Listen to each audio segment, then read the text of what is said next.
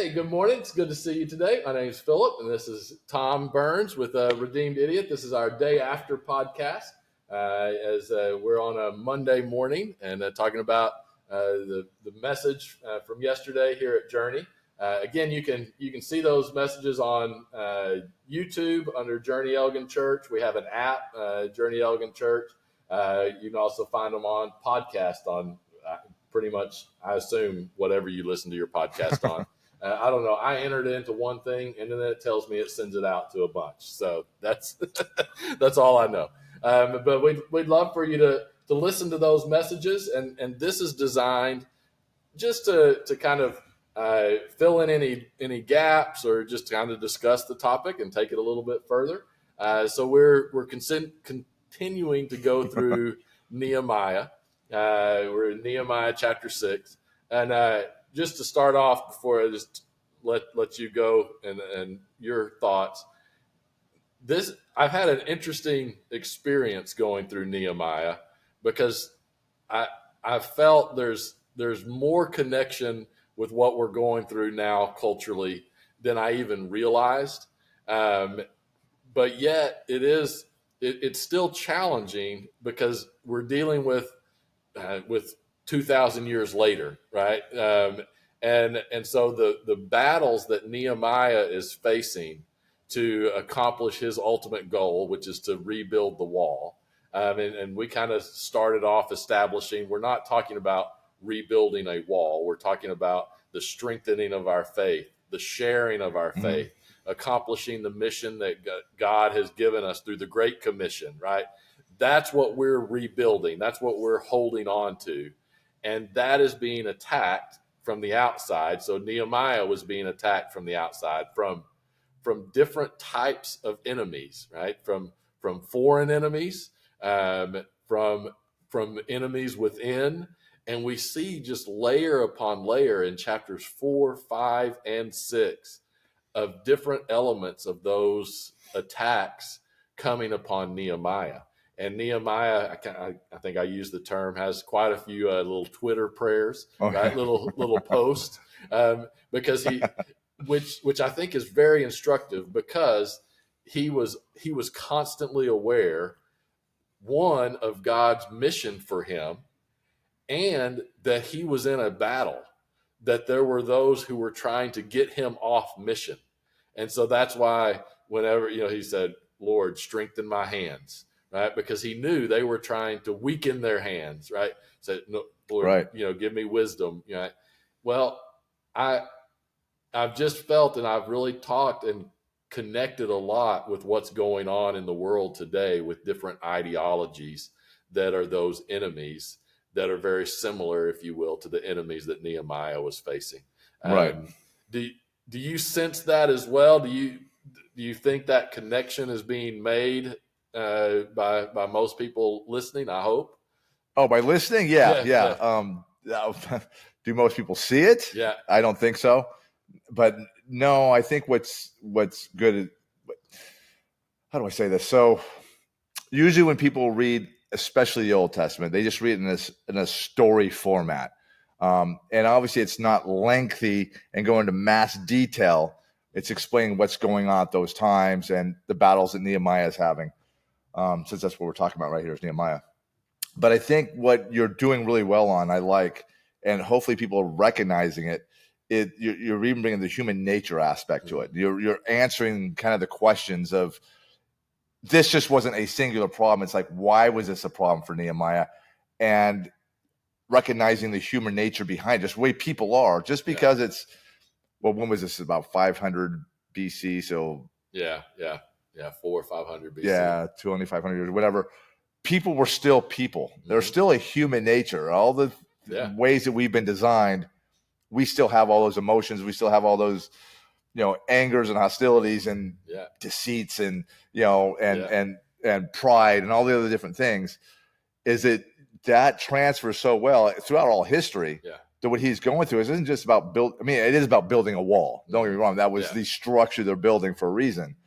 But the battles he was facing, the cultural battles and everything, is exactly how people have been throughout history. And we can recognize that today that those same battles, those same human instincts are still prevalent today. Yeah.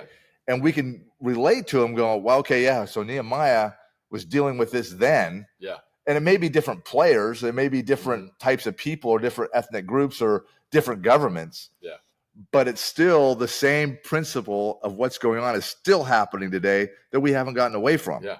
Yeah. No, that's exactly right. So I think one of the things that we tend to do in the church in general is we spend a lot of time talking about our ideology, right? And so what do I mean by that? That our ideology is what we believe about God. So our ideology is founded on a biblical understanding of, and that the Bible reveals the redemptive plan of God, and that through Jesus Christ, through his death and resurrection, that ultimately we are redeemed, right? And the Bible, from beginning to end, is laying that out. That is our ideology. Ideologies are not inherently good, bad, true, or untrue, right? And some are a mixture of all of it. And but we spend a lot of time in our churches, and understandably so, talking about our ideology, and what we believe about Christ, and then talking about, well, once you believe in Christ, this is how that should impact your life, and how this is how you should, because we are to love God, and then we are to love others. So it does change our actions, right? Once we love God and we've experienced that redemptive power that comes from him, it changes our actions, because we should love others now in a different way, right? So we talk a lot about that, and that should be what we talk a lot about. One thing that we have neglected is to recognize or to talk about other ideologies out there that are actually completely anti-God and desire the destruction of our ideology. And I think we're so insulated and live in a bubble in America, that we think we're culturally Christian, our nation, and it's very easy to think, oh, those ideologies, they'll never really be able to get a foothold here, right? Most of us can go, yeah, I remember. My granddad, he had an old Bible that every once in a while we would open. Of course, what are you talking about? We'll always hold on to our basic Christian values.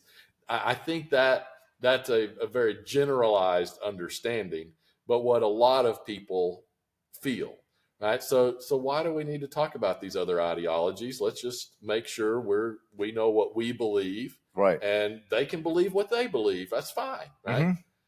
Live and let live. Well, that's a principle that has come because of how our country was founded.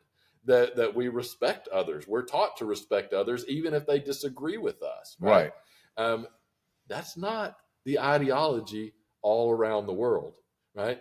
And there are evil ideologies out there that have good people that are believing those ideologies, right? This is what makes it deceiving. And I use the terms deception and destruction a lot, right? So very specifically, the Muslim or Islam ideology is an evil ideology that desires to destroy the things of God. There are lots of individual Muslims that are very good people, live very moral lives, and they are not actively trying to destroy Christians as individuals.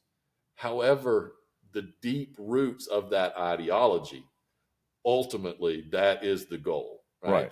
And we have not recognized that or taught about that in the church. Now Islam, you could say, well, that's over there, right? That's across the ocean. Okay, well, not quite as much, and I brought that point of who was maybe the next mayor of New York City. I try to put tangible, present day things to demonstrate, what's going on. But the other ideology that is not Islam, but is that Marxist ideology, we have been fully infiltrated by that. Right.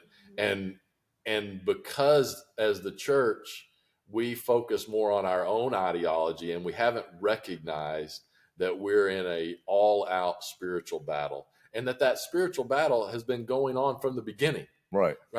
And if you're not on guard against it, if you're not aware of it, then all of a sudden evil ideologies have now mixed with your ideology, and you don't even realize it. And I think that's where we are, and that's what was trying to happen to Nehemiah. They were trying to get him to come outside of the walls, right? Let's just talk about this. We all have the same goals. No, they don't. Nehemiah knew, no, I can't let that in. Right. And so I do think it's important that we start recognizing, whoa, there's some ideologies out there that go directly against the things of God. So on your two statements you made, so first, like the ideology, like the Marxist ideologies, that's obviously very apparent, because there's no, within the Marxist mentality of ideology, there's not a mention of God or serving a God or following a God. It was, and then they didn't even talk necessarily even always in the opposition of a God. It's just like we're not even going to talk about this. This is Now, when you talk about the Islamic side, just see if you're cool with how I clarify this. You say, well, going against God, and that might cause confusion to people, because most people understand that Islam worships Allah, which is just the Arabic word for God. And they state that is the God of Abraham. We're not going to go into this. This is not entirely true. Would it be okay to state this like going against the things of Christ? Because I think because that is where you can, if somebody looks into Islam, they can kind of see the different concept of the belief of who Christ really is, and that he didn't resurrect. Let's just leave it at that simple platform. And that's a two different ideology of beliefs. If that's fair to say, that redemption is found in Christ, right? And their ideology, redemption is not found in Christ. Right, exactly. And I wanted to just state that so people didn't think you're just talking about Islam, they're against God, because when they're speaking of Allah and the practices they do, now I'm not talking about Iranian, I'm not talking about Taliban, I'm not talking about some other countries that are very extreme in the Sharia law and the crap they do to women and the way they do are oppressive and suppressive. We're not even things I've seen. I'm not even going to go down this. But I'm talking about Islam in general, which is more of your Sunni nations. That's an exclusion of ISIS, which is Sunni.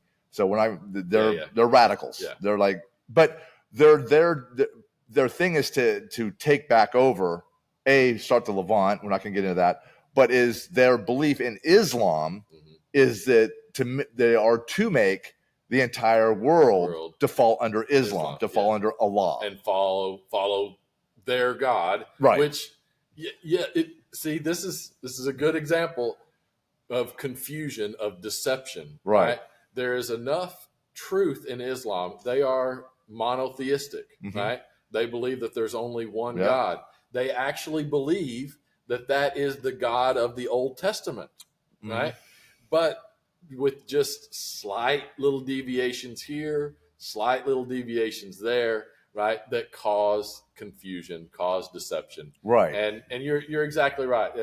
And that's we're in such a challenging position, and this kind of went into I talked about that political correctness and how dangerous that is, because as Christians we should want to be respectful. I do not want to disrespect someone because they are Muslim, right. That's ridiculous. That goes against the teachings of Christ, right? To disrespect someone just because they have a different view, right? However, you even see that in Nehemiah, a cup holding to the king. To the king, I mean, he didn't. He was he was very respectful. Just want to point that because we're back to Nehemiah. This is all makes sense.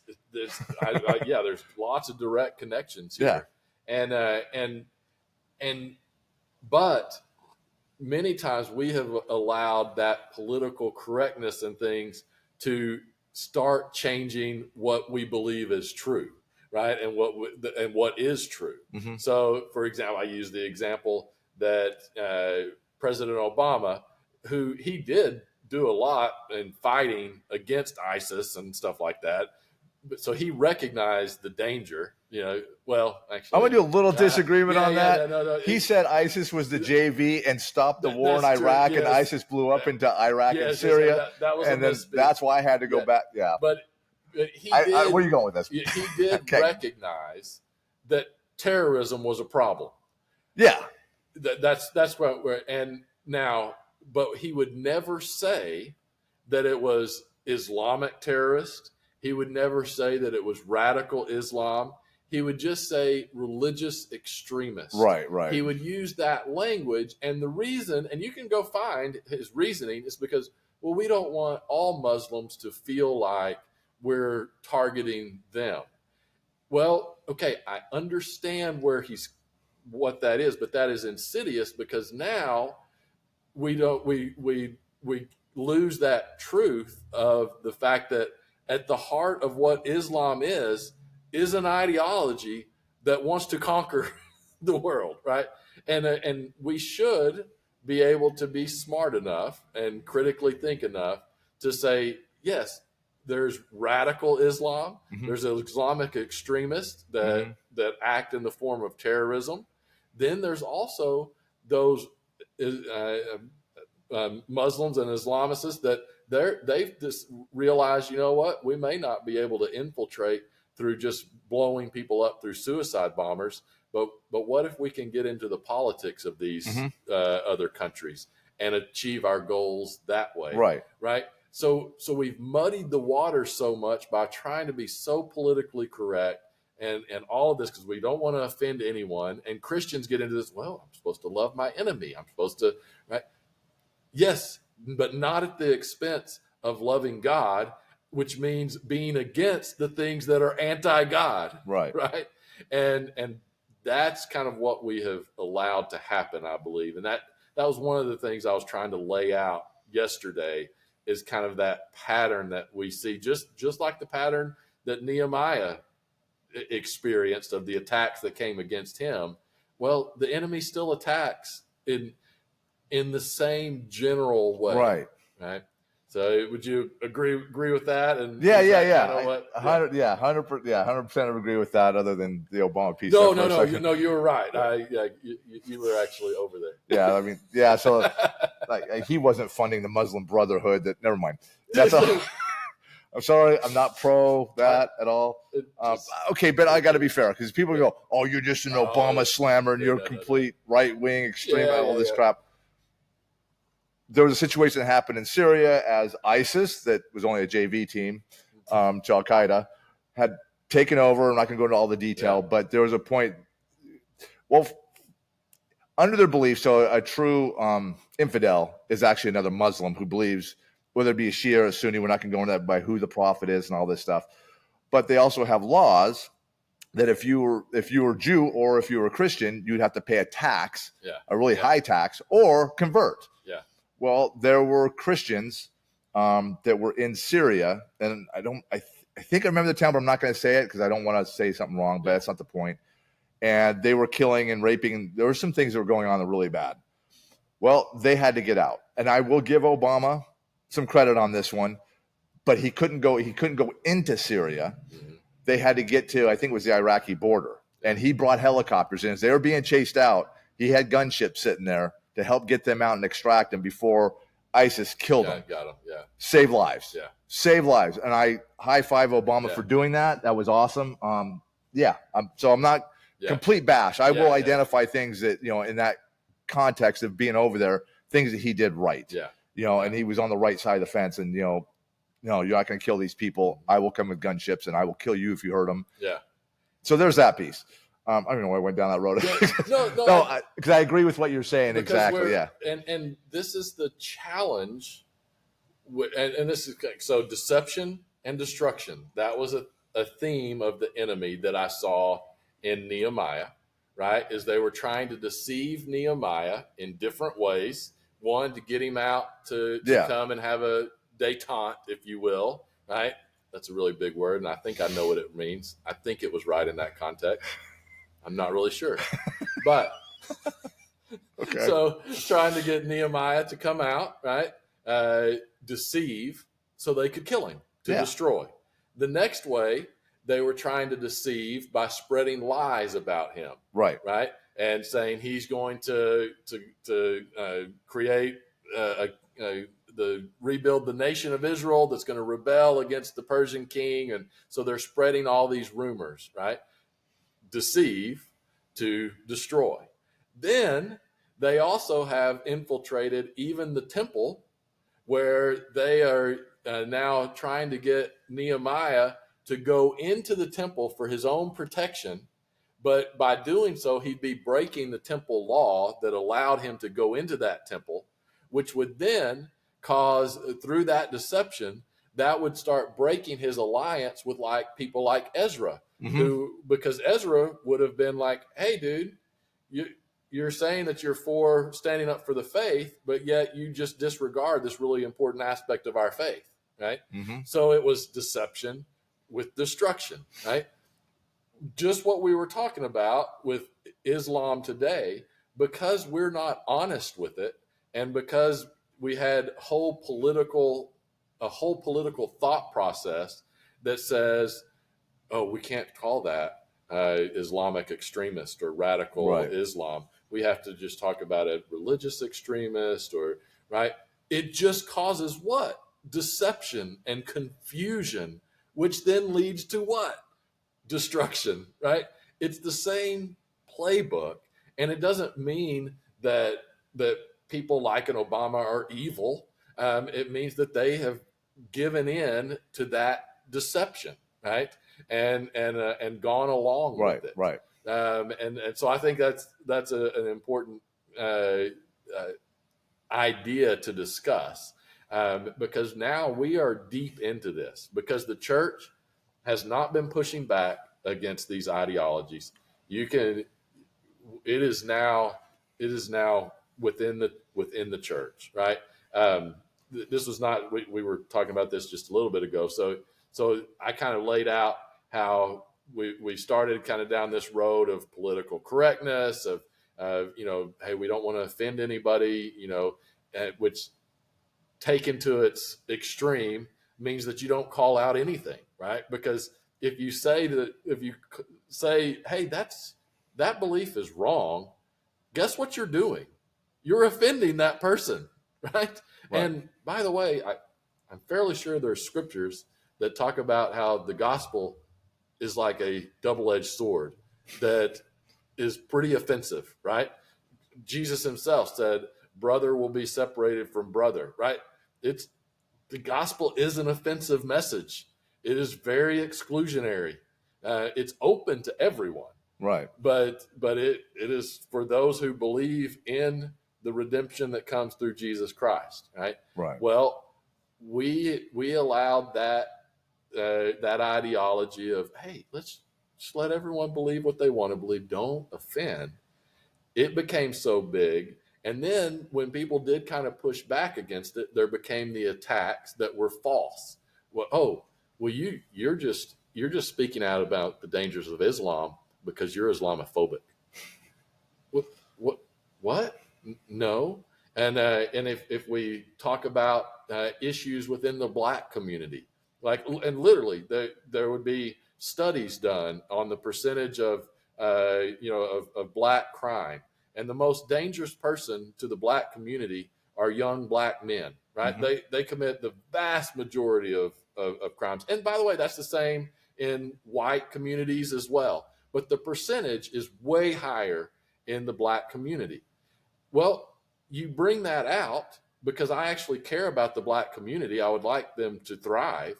And they say, oh, well, that's racist. You're saying, and you're like, no, right? This is part of an evil ideology. It is part of what is this Marxist ideology. and it's infiltrated the church. You saw this when with the George Floyd riots, and all of a sudden BLM, right? Just it had been around for a while, but Right. it just jumped to the front, and there were major churches with pastors of influence who are all of a sudden basically spewing anti-racist propaganda, which is Marxist propaganda. Mm-hmm. And doing it from the place of, well, we love everyone. We aren't racist. We God created all of us, right? But not even realizing you're adopting some of these critical race theory ideologies and melding it with Christianity, and that's insidious, Right. right? And we haven't recognized that, and that's what trying to do going through Nehemiah is to wake us up to the fact that no, we're in a raging spiritual battle, and we at least need to know who the enemy is. Right. So you think a lot of the adoption of these different ideologies, whether it be BLM or whatever, why do you think that's happening? Do you think I mean, we kind of talked about, but do you think it's a comfort thing, or it's like to bring people in? Like, you know what I'm saying? Yeah. Why would we adopt these things? That is a good question. I don't know if there's one great answer. It's a combination of a lot of answers. I think one, it's because the church in general hasn't done a good job of talking about spiritual battle stuff. Like we talked about, we focus mainly on our ideology, Mm-hmm. not others, because we haven't, and in some ways, the United States hasn't experienced the spiritual battle like we've seen in other areas of the world. Like we're not experiencing. Most people would say, "Hey, give me a tangible example of what a spiritual battle looks like in the world today." Most would probably say, "Oh, well, the Nigerian Christians getting their heads cut off." That would be an example of a spiritual battle, right? Mm-hmm. So because they're Christian, they're getting their heads cut off. Yeah, I agree with that. We're not seeing any of that here, not that type of persecution, right? We usually associate persecution with spiritual battle type stuff. Right. And so you look in the United States, we're not persecuted in the way that we see in other areas of the world, right? The attack is different here. No less insidious, though. Right. Has the same goal, and actually for us in the United States, it's more effective than what they're doing over in Nigeria. For example, it would rally Christian churches if there was a group that came in and beheaded a whole congregation in the United States. That would actually be something that would rally people against that ideology. You think? I only ask that because there's been church shootings. I know it wasn't based. Well, no, it's based on ideology. But it like makes the news like 3 or 4 days, and the next Sunday the pastor will talk about it, and then all of a sudden it goes away. It gets dismissed as a crazy person. Right. So you may be right. It may not. I just don't want to go down that far. I know. I'm. But I still think the point is there that the more insidious and effective way to do it is doing it through the kind of the liberation theology. Yes. Right. That starts infiltrating. Kind of very surreptitiously. Yes. It's done through elevating social justice. The church, we really need to be, how many times, and I've heard, well, what is your church doing to feed the poor? What is your church doing to fight against racial inequities, right? Okay, those can be things that we need to address. The main role of the church is the message of the redemption of Christ, right? And other things are important too, But we have made in the United States, we have made the most important thing the social justice aspect, right? And we're missing what is most important. So we're under spiritual attack, because what's the ultimate goal of the spiritual battle? It's to minimize the effectiveness of the gospel message so that less people are coming to know Christ. So there's one way to do it. You go cut people's heads off who accept Christ. Right. Well, if I haven't accepted Christ, and I was hanging out with John Friday, and now John doesn't have a head. Yeah, probably not going to accept what John was telling me he believed in, or at least that is a way, right? Now, ironically, that type of persecution usually leads to growth in churches, but it is the purpose of it is to limit that, right? Limit the people converting to the gospel message. Well, here in the United States, if all of a sudden our main focus has become social justice, you can participate in social justice without converting and accepting the redemptive love of Christ, right? So there can be full churches that are doing tons of godly things, and yet they're not doing anything to ensure that people have actually converted, if you will, to accepting the true gospel message. I believe that's the spiritual battle, because again, what does that do? Here's the dirty little secret. Satan does want to kill, steal, and destroy, right? He will do it actively here on earth, right? That's persecution like what we see overseas. But if he can keep people from coming to this life-saving knowledge of Jesus Christ, they may be doing good things over here. They may be volunteering at soup kitchens. They may be marching in the streets for racial justice. They may be doing all of these wonderful things that are going to help people's lives, right? And we could get into whether they would or not, but that's what they're doing. Their whole life is being given to helping others, because that's what we need to do. And yet, if they have never given their life over to Jesus Christ, guess what the ultimate end is? They will be separated from Christ for eternity. So Satan has traded, okay, yeah, you're going to do a little bit of good in this world for an eternity of separation from Christ. So his goal of kill, steal, and destroy was still accomplished. Does that make sense? And so, and both of those, that's the spiritual battle. The goal of the spiritual battle is to keep people from coming to Christ. And that can be done in different ways. And I don't think we have recognized in the United States the spiritual battle is raging, just in a different way. It's not through overt persecution of the church. It's through the watering down of the church. It's through the subtly changing the message of the church, changing the goal of the church. That now the goal of the church is just to go and make people's lives better. No, the goal of the church is to bring people to a life-saving relationship with Jesus Christ, and then to make their lives better that are a result of them experiencing the redemption of Christ. And I think that's the danger that we're in. We don't even realize we're in a spiritual battle. And there's a lot of people that are doing a lot of good things that are going to realize one day that, oh, you didn't even know me. There's a passage about that, Jesus saying. Right? Because it's not about doing good things. It's about believing in Jesus Christ. Right. I don't know. That was good. Now, so I'm going to throw another question out at you, because you made something made my head click a little bit. So you're talking about like the church is not being persecuted, like especially if we go someplace else. But here's an interesting thing. So why is the church not being persecuted?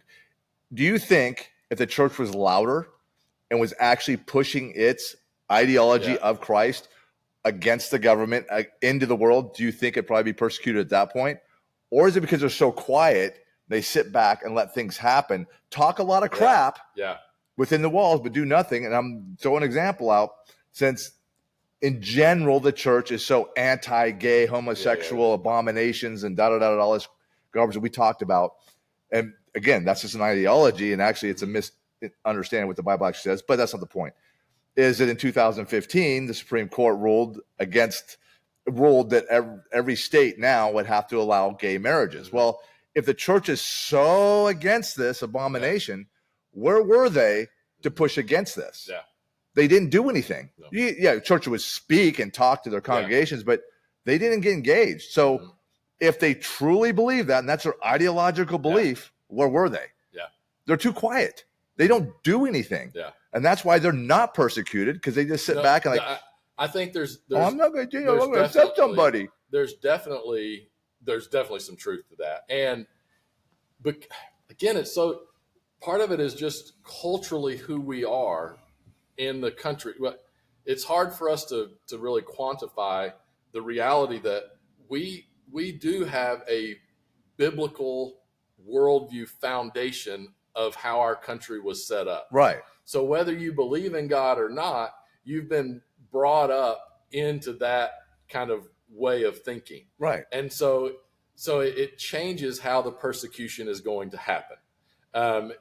I do think you're starting to see, as churches and as Christians are trying to push back against these ideologies, they're starting to be pushed back against them through silencing, through limiting reach, through technology.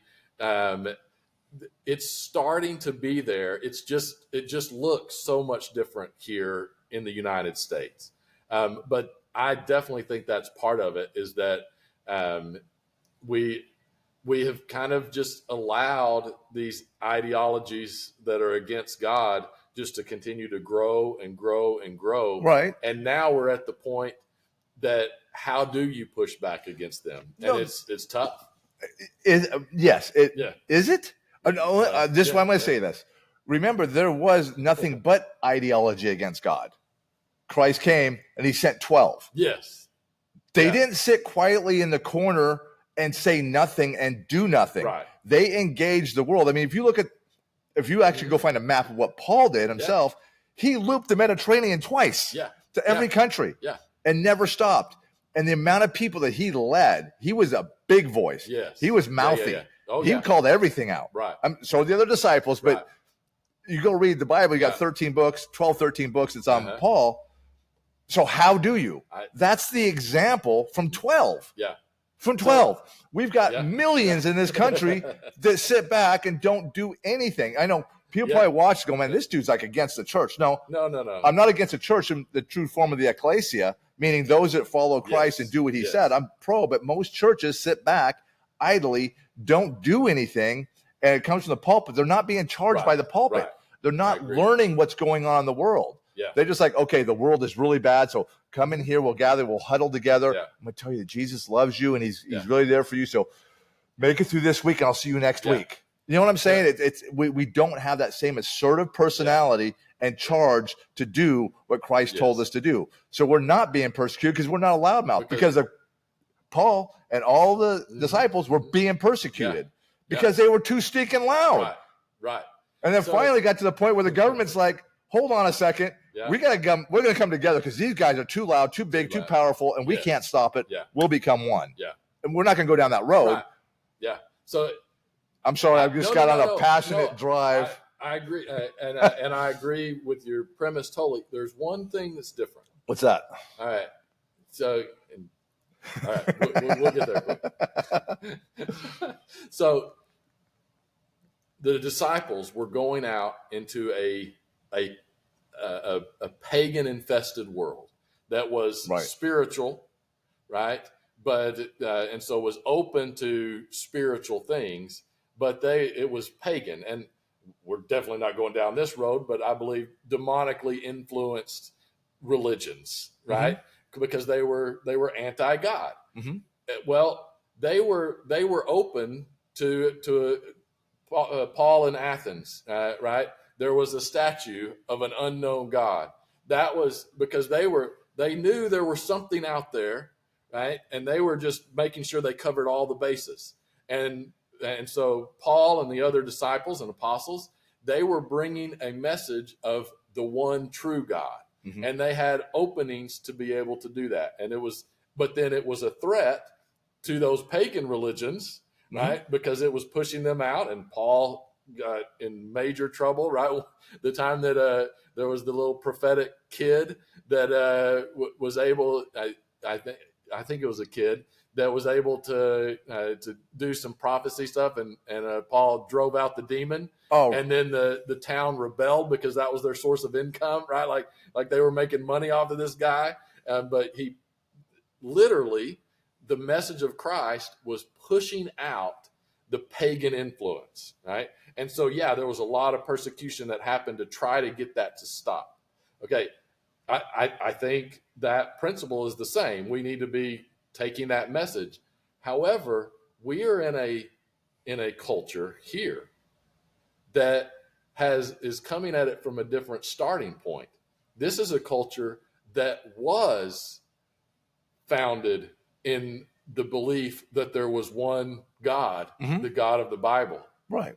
This culture has now rejected that, and now we're having to bring that message again, but it's a message that has been rejected, right? So it's a challenge. So, for example, if we go out and do what Paul did, and I know some of this is cultural, but we start calling people out and saying, hey, it's only Christ, and you're going down a path of following these other ideologies and things like that.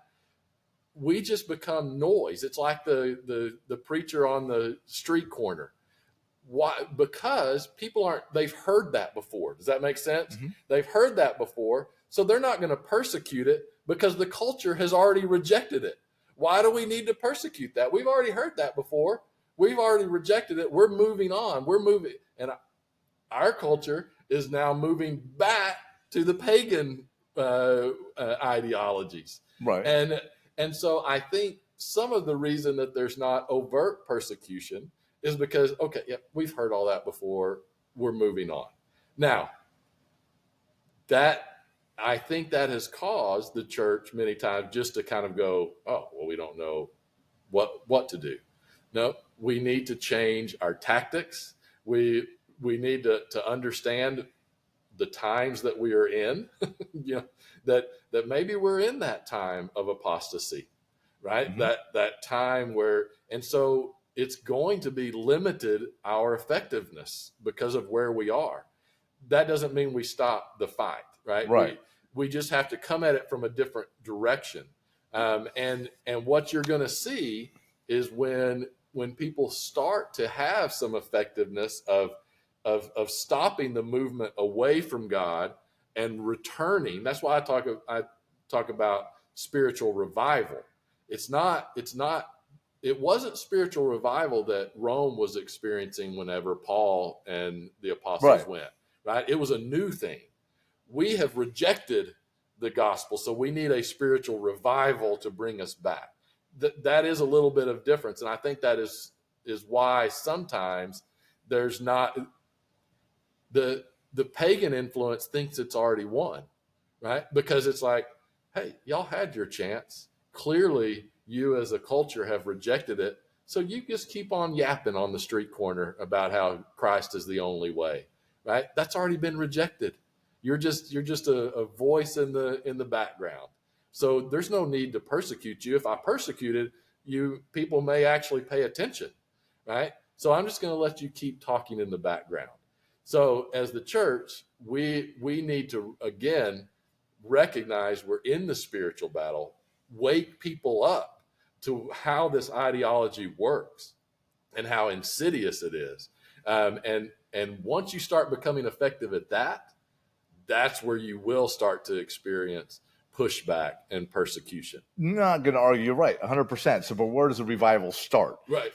From just average Joe Blow on the street doesn't believe in God? No, it's got to start from the people, the believers, right? That's exactly right. And how do you fight a battle if you don't even understand what you're going up against? Yeah.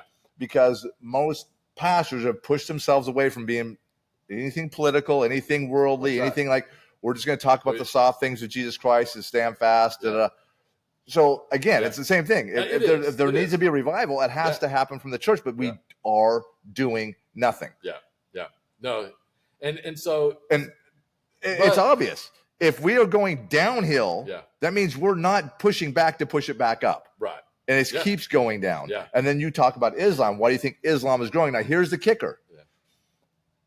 They say God. Mm-hmm. They talk about God. They even do the practices of Jesus Christ. Oh. How come they're growing exponentially? Mm-hmm. See, want to talk against Islam? I mean, I get their ideology because they're not pro-Christ as the resurrected that's for our atonement. Yeah. But they do the things. They're growing because they are pushing their belief in who Allah is more than our church, the church is. Yeah. So God is still a name out there. Yeah. We, the church, have not pushed the narrative. I Islam's kicking butt on it. Mm-hmm. I mean, I have mass respect because they believe in their faith. They believe in God. They do what he says to do by how they teach it. Yeah. They do the teachings of Christ. Mm-hmm. They show love more than the church does here. That's why they're exponentially growing. If we just adopted the same practice, and they're in a bad world over there, to where they are, all the things are going on, all the wars. I mean, it'd be easier to go, okay, I'm not going to be Islamic because Israel's going to strike me, or America's going to kill me too. I mean, just the mentality that gets taught. They're doing the thing. So the things can be done even with the name God attached to it, but we're not doing it in the church because they don't understand what's going on. Yeah. And I think, I know I'm being very passionate about that. No. That's why I appreciate being here, because you're showing everybody, hey, here's kind of the world. Here's what's going on. So people go, oh, that makes sense. So you're right. One of the things that's happened is our churches are so divided, right? And not necessarily in a bad way. It's just the reality, right? Like, we have different churches. That's how it's been. But they establish themselves in different denominations, different beliefs, different theologies, different. Where Islam is really divided into two. Right. You either Shia or Sunni. Mm-hmm. Within there's a little bit different sects. Yes. But you can go from this temple to this temple, this temple. You're going to hear pretty much the same thing because it comes from one prophet. Yeah. This is what we teach. Yeah. So they are very singular in that. Right. One Islam. Yeah. We have multiple Christianities. And that becomes we're going down some deep hours. Yeah, we do. And I think it's important for us. We don't need to get discouraged on this. No, we don't. We're just talking about the realities. Yeah, right? yeah. Because again, you need to know the battle. And I know you talk a lot about Revelation Wednesday nights at 6:30, and then we do the same thing with that. So we'd love for you to join that on Redeemed Idiot, right, where we're talking about all this. But the basic theme of Revelation, not to get deep, is that ultimately, everything kind of goes to hell here on earth, and Christ comes back and wraps things up. Right. And he's calling the church all through that. Hey, you need to be doing your job. Yes. The reality is the church doesn't do its job. Right. And that brings, that Christ comes again. So we're living in this where that's a reality. We know that eventually that's going to happen. And so I don't know if are you ever going to see a mass rising of the church against this? I don't know. However, in Revelation, when he's talking to the churches, it says, he who has an ear to hear, let him hear. That's why I do believe there's probably more individual churches that are trying to do what is right than we realize. It's hard to have a mass voice because of the circumstances that we're in, of how for the last 200 years we've been divided into different denominations, and all of that has led to where it's really hard for us to have one mass voice. Mm-hmm. Which, Catholics would say that's why we need everyone to be the Catholic Church, right? Like that would be the argument. And so I think it's just the circumstances that we're in. That's why we're not going to see this mass push. But that's why you need to step back and we need to say, but that doesn't mean that we're off the hook. We as an individual church, that's why we talk about this here. That's why we charge those who are listening that, hey, go out, have these conversations, right? And guess what? Right now, it's not about saving a nation of people. It's about saving individual people and bringing the message to them, right? Which makes a huge difference. And That's the battle we're in. So, but it's important to know the challenges and why we got here is because the church did. We got comfortable. We thought we Yeah. could just talk about our own ideology and that would be enough. Nope. These other ideologies have slipped in to our education systems. They've pushed out the going back to Darwinism, all of that Right. stuff has just slowly been permeating our culture. And where our culture was based on a belief that God is God, and frankly that Christ is God, that has slowly been filtered out, and we just let it happen because we were comfortable. We weren't being persecuted. And now all of a sudden we're in this very difficult time where culture as a whole has now rejected what we were at the beginning. And so now we're having to bring about that revival. Well, sadly, the revival in some ways is harder to start than the initial what the apostles did. And Right. No. and that's where we are. It's a challenge, and we should embrace that challenge, right? I love that passage in Esther where she finds herself as queen and has an opportunity to save the Jewish people, and she's like, what do I do? This is very difficult. I want to do the right thing, and her uncle tells her, well, maybe it was for such a time as this that God put you in this place.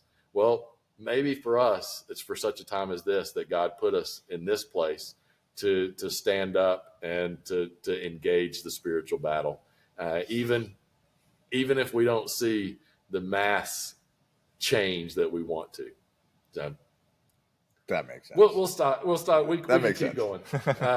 And welcome to our two flies that have been flying I know. around the whole time. So. Well, I don't know if our camera's that good, but they have been here. So, hey, thank you for joining us. We're going to continue these conversations. We live in a world that is active with spiritual battle. It is a world of confusion. We want to try to bring clarity.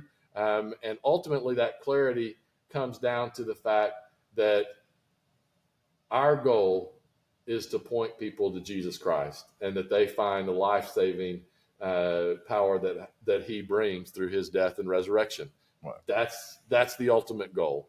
But we also need to recognize the battle that we're in and that there is another power that is trying to deceive people and bring them away from that life-changing power of Jesus Christ. Right. You're not being anti-people. No. You're anti-theology against Christ. Anti-ideologies. Yeah. Or ideology. Yeah. It's against the ideologies that are against Christ, but not the people. No. So I want to make that clear because we said a lot about Islam. It's not you're against the people of Islam and the Muslims. No, that's not it. Just the ideologies that come with it, or the Marxist things. Deceived. There are many. Yeah. And all of us are subject to it. So we need to constantly be checking ourselves with Scripture, and that's what we try to do. So, hey, we had a good conversation today. There's no easy answers here, except that there is only one answer, and that's found in Jesus Christ. Right? And that is why we do this. That's why we engage the chaos and the confusion, is because of who he is and what he has done. Yep. Thank you for joining us. We'll see you next time. See ya.